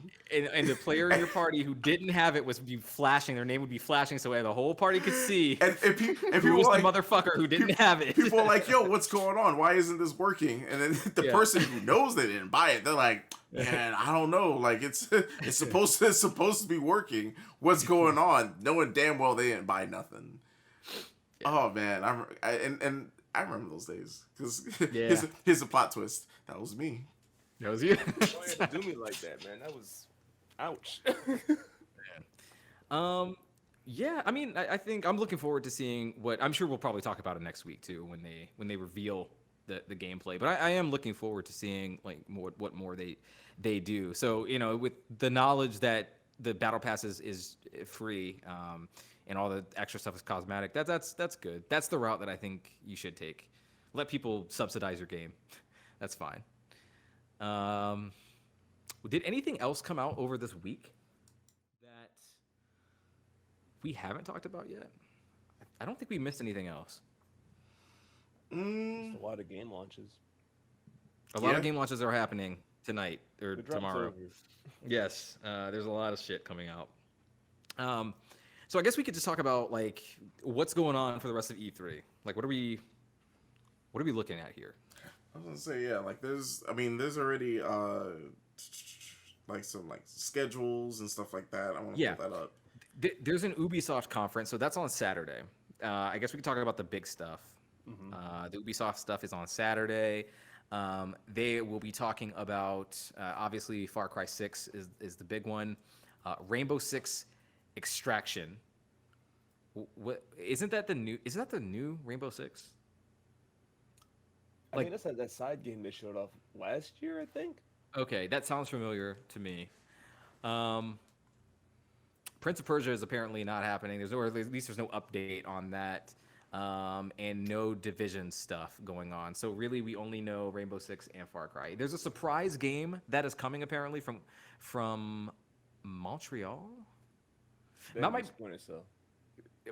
Don't give me hope, please. Better be Like Splinter Cell. that's what it should be. There's apparently one big surprise game there. Maybe Assassin's Creed would show up. Maybe. Is that a surprise? No, No. can't be. Can't be. No, the way that people have been kind of rumor mongering on that, it can't be that. I refuse. The only way I'll be surprised is if we finally get Assassin's Creed Japan. AKA what was the game called that I haven't finished? Not Sekiro. Ghost of Tsushima. Ghost of Tsushima. Yeah. Yeah, our number 11 on Game of the Year. Yeah. James's face. I'm so sorry. That's No, don't be sorry. That's Don't be specifically sorry. that's specifically my fault. No, I no. take that blame. No. Because No, it's okay. that very No, next don't week, shield him, Roddy. that very next week, I was like, let me try this game that James is like so adamant about, and I was like, damn, Yup. damn, Game of the Year is really brutal. fucked up. Yeah, Okay, I understand. Hey, You're I- naive. I feel that way when I think about Outer Wilds getting second. That truly the game. That's so everyone has to have that game. I feel like I'm not sure if Chris has had that yet, but it's coming. I'm sure. oh yeah, I'm pretty sure Your comeuppance is nigh. it's gonna happen. So that's Ubisoft. I don't really expect much more out of them, really.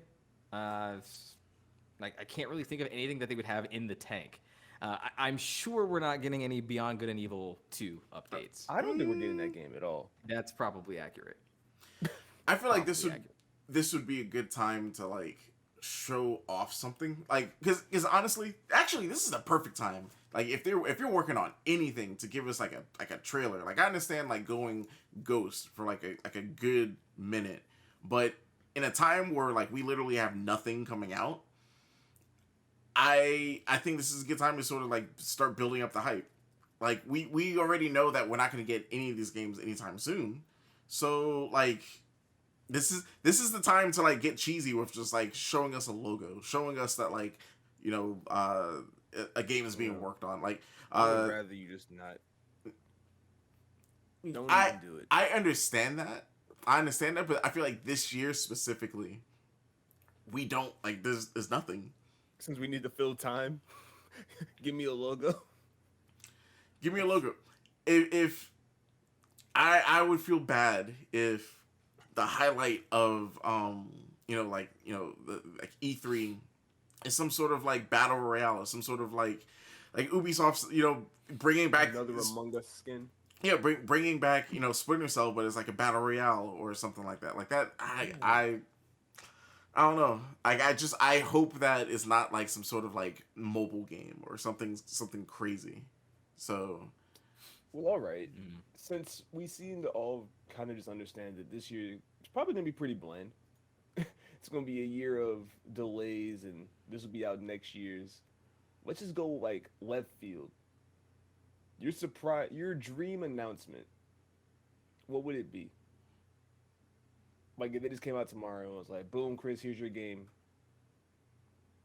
That's what you've been asking for. What are you getting? do you want my serious answer, or do you want I want both. like what immediately like my heart was like, Chris, yell this out. Yeah, You really want to know? I want the impulse. If you've listened to the show, you should already know. Sonic Adventure 3. Oh my god. Oh my god. Shut this shit down. No, I'm taking it. When is Sega? Is Sega in So '93 this year? that's something that like I'll lose my shit If we Sega's finally not get even it. at E3 this year. Okay, can we talk? Okay, let's Is it talk even about this there? because I feel like we have not really actually had a conversation about like why you people love this game. Like, it can't just be. Don't just say like I played it when I was like 10. I mean, that's okay, that's valid, but we have to acknowledge that the game is not good. It's not good. Oh, I've been on record on this show saying that game's not So- good. Remember when I went back and replayed it and I was like, God damn, This did not age well. what was wrong with me? Where does the desire come from? Like, do you want like a good version of that, or like what is it? I'm not even trying to like be funny. I just want to just know. I want to understand. So to me, I like if Sonic Adventure 3 got the treatment that like Sonic Mania or Colors. Sonic Colors, or there was another one. But Sonic you know why Generations. Sonic Generations, like that's like that type of like you could tell the developers like know that their fan base like they're self aware, and I don't But know, you know like, why those games were successful though? Like Generations, I mean, you just named 2 out of the 3 of those. Like Generations and Mania were deliberately playing into the old like trilogy 2D Sonic, like the good shit, basically. Like I'm not saying like it was the worst thing ever, but like when you go back and like I watched 20 minutes, don't ask me why, but I watched 20 minutes of like the last cutscene of Sonic Adventure 2, the fucking what was it called? The final story, the last story or whatever.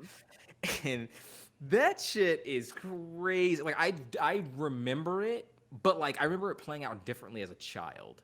Like the the desynced voices and like the people talking over each other like is wild to me, and Sonic's mouth going all fucking crazy like when he's talking like yeah, this is fun. hey, Like, come hey, on. yo, we're gonna Yes. we're gonna stop Yes, this. James. We're gonna stop this Sonic Adventure slander.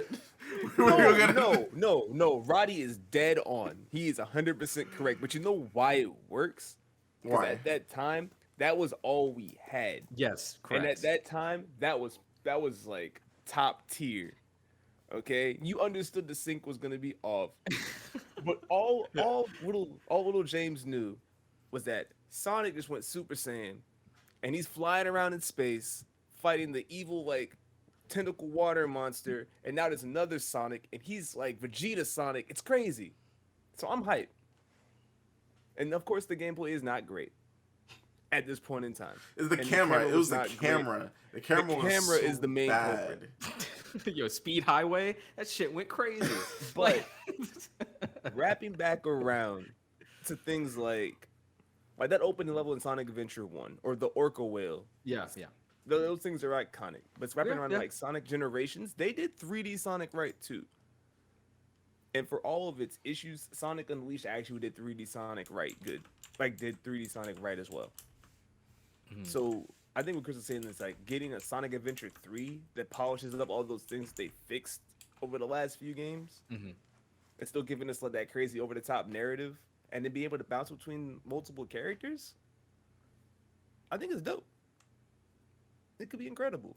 Could be. So here's my serious answer, and someone's already said it in the I thought Twitch that chat. was your serious answer. It half was. Listen, it half was my serious answer. The There's other no half, slander this the year, other half of my serious answer would, and I've been waiting for this game. Just like we know it's being worked on, but Albrecht said Batman. We know that Rocksteady's working on a game that's supposed to either be a Justice League game, either supposed to be a Superman game, like just like something in the realm of like not just Batman. I am ready for that game. I'm ready for whatever superhero. It doesn't even have to be superhero. I'm just ready for the next Rocksteady game. Honestly. Well, you're getting that right with the Suicide Squad game. Is that the next? That's the next one. Yeah, I thought that was Rocksteady. I always thought that was like a B team or something, or like I thought that was the Warner Brothers. No, I think that's like a team Rocksteady Suicide Squad. That's them. So Damn. you're getting that. Never mind then. I take my answer back. I mean, you can still look forward to it. I don't know if they have like anywhere that they're actually showing that. Actually, yeah, Warner Brothers is here, but they're only showing Back for Blood. They're not showing Suicide Squad. They've said that. Well, that's sad. Mm. Uh, Sorry to kill your yeah. hype, Chris. I don't know. I think besides stuff like that, like I think the things that we know we're gonna get. So like some sort of like Smash announcement, like a Smash character, because I think this is supposed to be like the last character of this like character Yeah. pass. Of the past. Yeah. So let's go ahead and like quick bets. Who are we hoping for? We hoping for Sora? We hoping for who have we not gotten from like those leaks yet? I guess Crash, um, Doom Guy. Doom guy was still on the list. Yeah. Yeah. I So don't need Doom guy, but that'd be cool. I guess. for Actually, you me, know what? this is look, this is what makes E3 for me. This is it. This is I need Master Chief getting his Smash invitation. He's And not for getting them, Smash invitation. and for that to be like the last character of like this character pass, but then for them to also like announce like the Microsoft cross Nintendo, being able to log on to XCloud or whatever on your Switch, like that partnership, I think that's like the perfect way of putting that all together. And then the cherry on top, Smash Bros is now available on Game Pass. Oh, oh, oh, man. Yeah. Yo, damn, I'm shook. The ultimate crossover. Yo. He did it. He did it. Yo, that's the episode, guys. I'm good. Like that's yes. That'd be crazy. I doubt Rod, it. I say Rod, you're That'd be cool. Rod, you're silent. Is your mind blown? No, I'm letting you have your fantasies. Come on, Roddy. It'd be a Griff Ball map. Hey, listen. I mean, I'm not saying it wouldn't be cool. It would be cool, but like I think that there is like I might win the lottery first before that happens. Like I don't know. Best deal in gaming. It is. You're right. You're absolutely right. It is. I just when it comes to Smash, like I just don't. I don't know. Smash is cool. Love Smash. I love the game. I think the character reveal trailer are very cool, and I when they play, and I go, oh man, I should play that person, and then I like never put it in.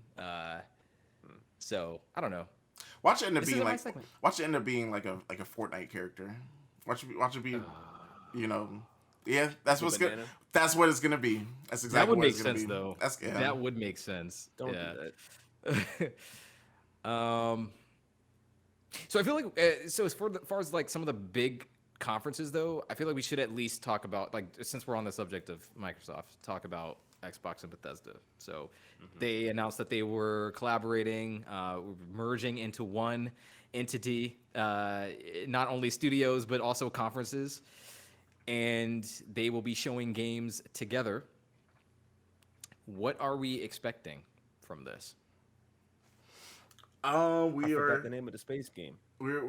Oh no, Starfield. we're not gonna see Thank that. you. What? What? What else are they working on? Yeah, We're not- dude, you're we're Don't not- say when- Fallout 76. We're not. Don't eat. Fallout 77. We're gonna get that. I. well.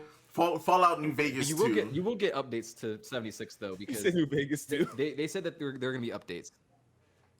I mean, right. So but- we'll definitely get updates to that. Oh, go ahead. Nah, I don't need that.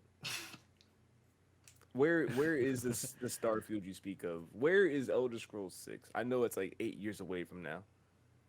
But still. Yeah, I'm actually not convinced that we'll get Elder Scrolls at all. I think we're just going to get Starfield from them. If we get anything else from Bethesda, I would be surprised. I think that they're going to probably only show Starfield. I mean, we might get something from like Arcane maybe. We're gonna get another Wolfenstein. Oh yeah, no, you're right. You're right. Yeah, I was thinking of Bethesda Game Studios. Yeah, there could be definitely more stuff. I think we might see. Ooh, I don't think we're gonna see Deathloop though, because that is PS5 exclusive. So Oh, right. Is it? we won't. Yeah, it is. It is. Yep. So we won't see that, but maybe somebody else on Bethesda's camp has something going on. I don't know what though. Wolfenstein maybe another Wolfenstein 3 perhaps. It's been a couple years. You know what I would hope for? I mean, while we're talking about like just Microsoft, I would hope that because I already know they're gonna like drop a bunch of Game Pass announcements. We're gonna get some bomb like reveals. Yep. But like just hardware wise, I would love to see like it's and not even just rumored, but like remember like a couple months ago, uh, people were getting glitches when they were playing the Microsoft Flight Simulator, where it was saying something about like a VR headset. Like if we were to get some sort of support with like VR, whether that be like their own headset, whether that be Oculus support, Right. Yeah. Like a that'd be dope. connectivity. Yeah. That would actually be pretty cool. They don't have a VR solution yet. Game Pass in VR. It's already there. Game Pass VR games. Huh? It's like there's already games that No Man's Sky, I think Fallout 4. What else? Ooh, that'd be fun to play. I mean, they the Microsoft Flight Simulator. They have games. Elder Scrolls. That's actually a really good point. Like Elder the four Scrolls, games you just Doom. mentioned are like big hitters in VR. Yeah, all these Huh. games. Like Doom 2016 had like a wait. Ooh. No, I don't know if it was 2016 or if it was like a spin-off that was sort of like 2016. But I know there was a Doom game in VR. I remember that too. It's there. They definitely have it. Just let me be able to just plug my Oculus in. Already did the groundwork. Just let me like. I don't want to buy anything extra. Let me just plug in my Oculus and I'll be good to go. Yeah. We'll definitely see Halo. That's definitely a thing that we will see. We'll get the release date, I'm sure, at that Probably. time. Show. I was gonna say, show us. Oh yeah, new Hellblade. Oh yeah. Definitely that. Show us a trailer for aren't they working on like a Halo show? Yeah. Give And us- there was a screenshot that leaked today of it, so I think it's a good bet. We'll See, see that there. See, I was even looking at news today, y'all. Look at that. in God damn. Yeah, Good. it's a soothsayer. We'll get a new Forza that's been heavily rumored. I'm actually excited for that because it's supposed to be Horizon 5, so I'm yay. very excited for that. Love me some Horizon. And maybe more about Fable, but I don't know about that one because that seems very early in development. Do we care? I would love to see that though. Oh, I do. I might fall somewhere in the middle between you guys. I want to like- care. I really want to care, but it's hard. It's hard for me to do because But I trust the Forza team, wait, even though it's a completely different kind of game. is Yeah, that Playground- is that who's Playground working? games, yeah. Is that who's working on Fable? Yep. Yep. Mhm. Oh, I do want to see what the coalition and the initiative got. I know, yeah. Please show me more Perfect Dark. Like I would say, I mean, I don't fucking care about Perfect Dark. Why the Perfect Dark? But Initiative though has so much talent. Like I think whatever they come up with, even if it's Perfect Dark, I think it's gonna be fucking cool. I really want to see it. I'm definitely with you on that, James. Like they're still like kind of my most anticipated like studio right now in terms of just the raw talent that they keep acquiring. So That could that very well be like the next Hitman game. yeah. And Gears 5 is how old? Is it 2 years old at this point? I think 3. 3 years old? No, I It think came it's out 2. from- I think it's 2. Okay. So 2019, September 6th. maybe we would get some sort of like a Gears 6 tease because that would be the end of like this new trilogy that they started. I can see that. I can see them teasing Yeah. it. Yeah, I don't But- think they would be coming like anytime soon, but yeah. But I mean, so what's something that you think Microsoft's gonna be like? Oh wait, one more thing. What's Microsoft's one more thing? Would that be? Banjo 3E. I mean, that would be like a pretty good mic drop moment. And uncharacteristic for them, I think. I like that pun. I have to acknowledge the pun. Wait, That what? was good. He said Banjo 3E. Oh, yeah. Like Oh, yeah, E3? definitely. See, it just like rolled. I didn't mean to do that. Oh. Wow. I just accepted it. I was like, yeah, that's pretty good. All right. Okay. No, now they have to do it. Phil, make it happen, Phil. Yeah, I think that's a really good guess, honestly. I can't think of anything else that they would do that's like kind of in their stable that we don't know about already in some form. Like, They put him in Smash for a reason. right. Unless it was like an Elder Scrolls 6 thing, like footage or something, I'm not convinced that. Like, I think their BGS is doing all like Starfield. I don't think they're fucking with anything else right now. I think that's it. Yeah, probably. Yeah, So so we can dream. so I guess next up, let's talk Nintendo. Okay. I feel like we'll see something Pokemon related because I think Pokemon was this still the 25th anniversary this year? Yeah, something like that. Yeah, so we'll definitely see Pokemon. Like I said, we'll get that Smash reveal, and I mean we already talked about this in previous weeks. The Super Switch, Switch Pro, the Switch U. Don't. Not that one. Oh, by the way, Chris, Yeah. remember that Facebook post I had about like why Nintendo why? Mm-hmm. They were talking about Wii U stuff. That makes sense. I looked up the date and it was E3. They were talking about Wii U stuff. That makes sense. Once again, I think Abrick is on it. Metroid Prime 4. If we don't get anything on Metroid, I don't know. I don't know how I don't know how I'm gonna handle that disappointment. If not Prime 4, like I said, y'all already have the fucking like trilogy. Like just hit send, hit go live, hit like just put it out there.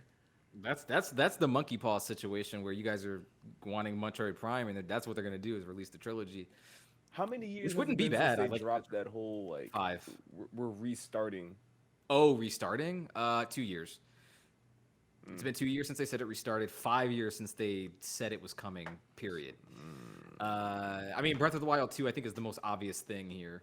Almost definitely. Like we're definitely going to see some form of that, especially because this is like the Zelda anniversary. We're gonna get an Odyssey too. You think? I would love that, but do you think? What was like the last like mainline Mario game?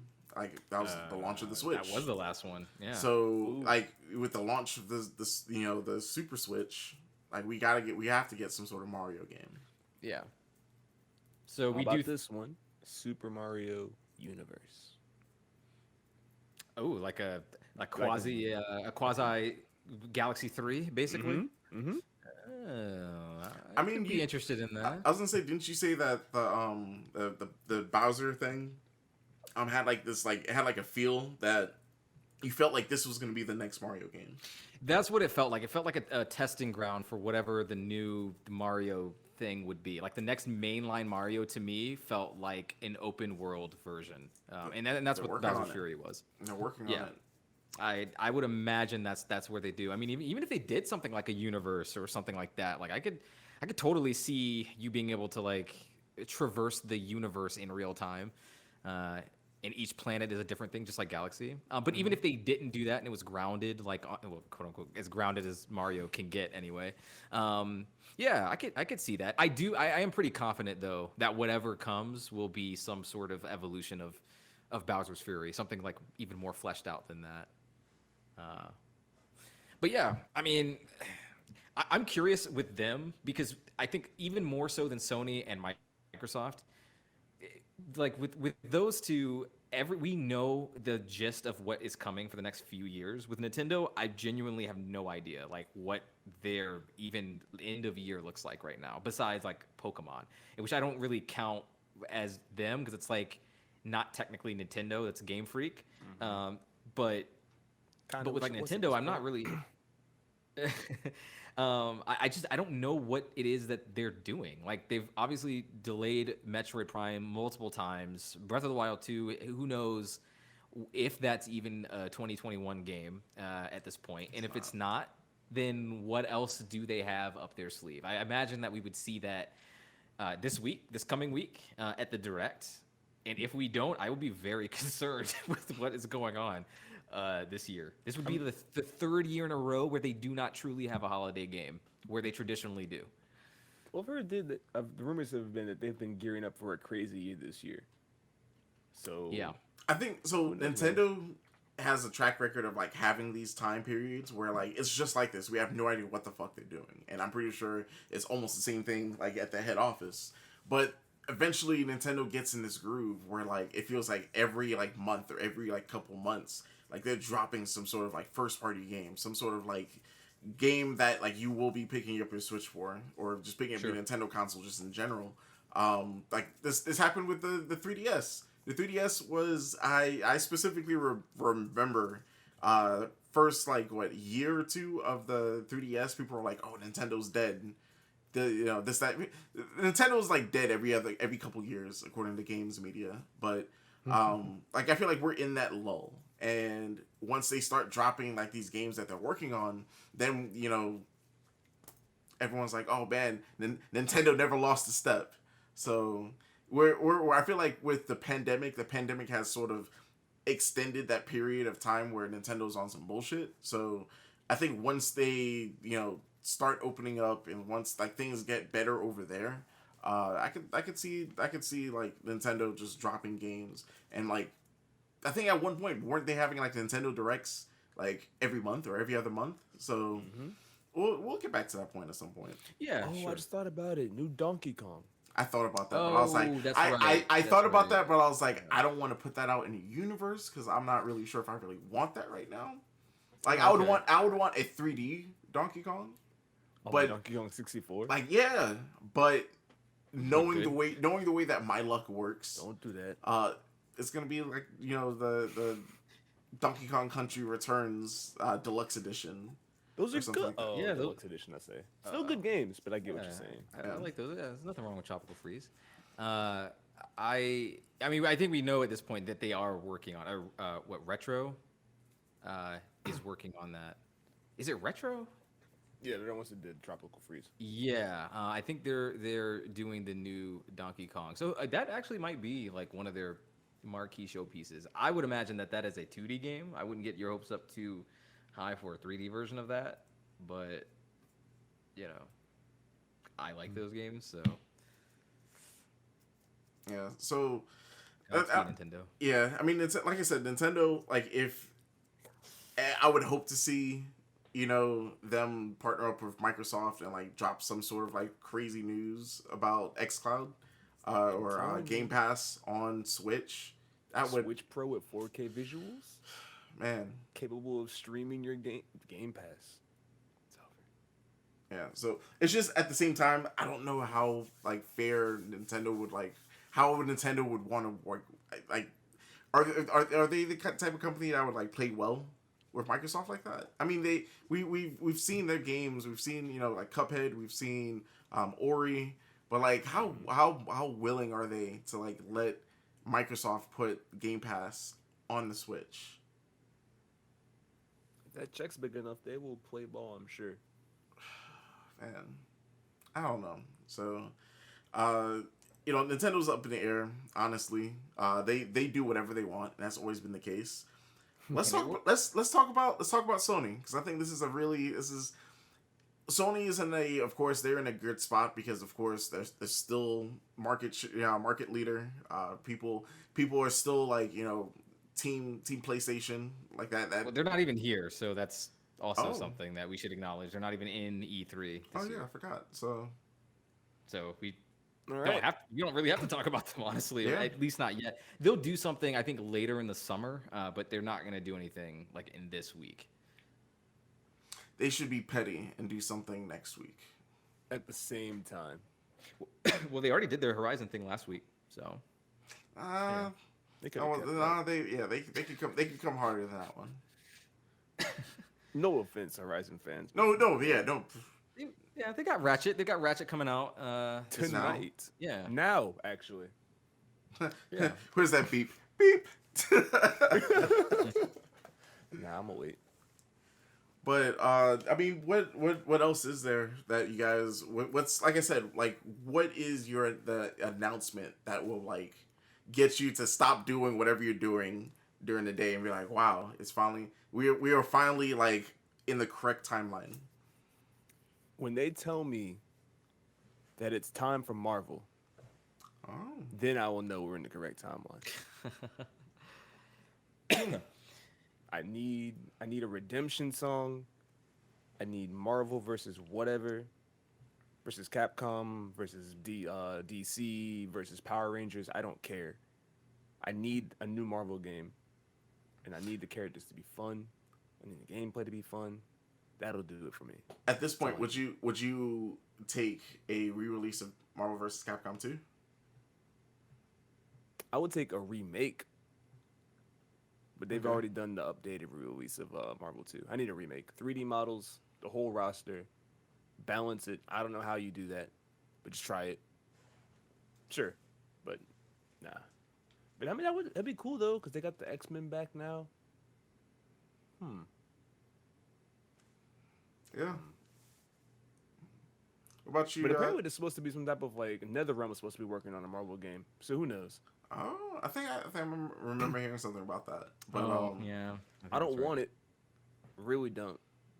Because of NetherRealm or because of Marvel? Because of NetherRealm. You don't. Oh, I thought you liked NetherRealm games. I I like them. I like to watch them. I like going through like that initial story mode. Mm-hmm. But I have always preferred the classic like 3 button fighter style of combat. Okay. Like that classic light, medium, heavy, or even like how Marvel had it, the light, medium, heavy, and special. Yeah, like Japanese style fighting games. Yeah, I Yeah. don't know, not a I huge feel fan you. of Mortal Kombat. I feel you. I actually feel the same way. Like I think they're really cool, like for novelty purposes, and like the first few hours, I have a really good time. But they're not anything I stick with competitively or anything like that. Like I don't care about climbing the ladder and getting good. I just want to mash a few buttons and go through the story. It's a shame because like Yeah. really good production value. Yeah. Shout out to NetherRealm Studios. Yeah, definitely, definitely. I don't know, man. I'm thinking like I don't know if there's any one announcement that would really like I can't think of anything that I don't already know. I mean, there's plenty of things that I'm looking forward to seeing that I know are coming. So it's hard for me to say like, oh, what's the thing that would just make my jaw drop? Like I don't know. I think this is the first E3 in like a really long time where I don't think I have an answer to that. Kingdom Hearts 3 Final Mix. There you go. Gave you an answer. Not even that. I'm good, bro. I'm good on that. Yeah, I don't know, really. I'm interested. I'm definitely interested in a number of these things, but I'll be waiting for something to blow my socks off. Yeah. So I mean, I guess just to wrap this up, just once again, shout out to everyone that came through live. You know, Epic said Batman. Once again, Batman would be dope. All right. Also Everyone also loves said Batman, right? the next Jonathan Blow game. So he's a big fan of The Witness. Like he wants we're on the same wavelength. Metroid Prime 4, yes, and the Final Fantasy 7 Remake Chapter 2.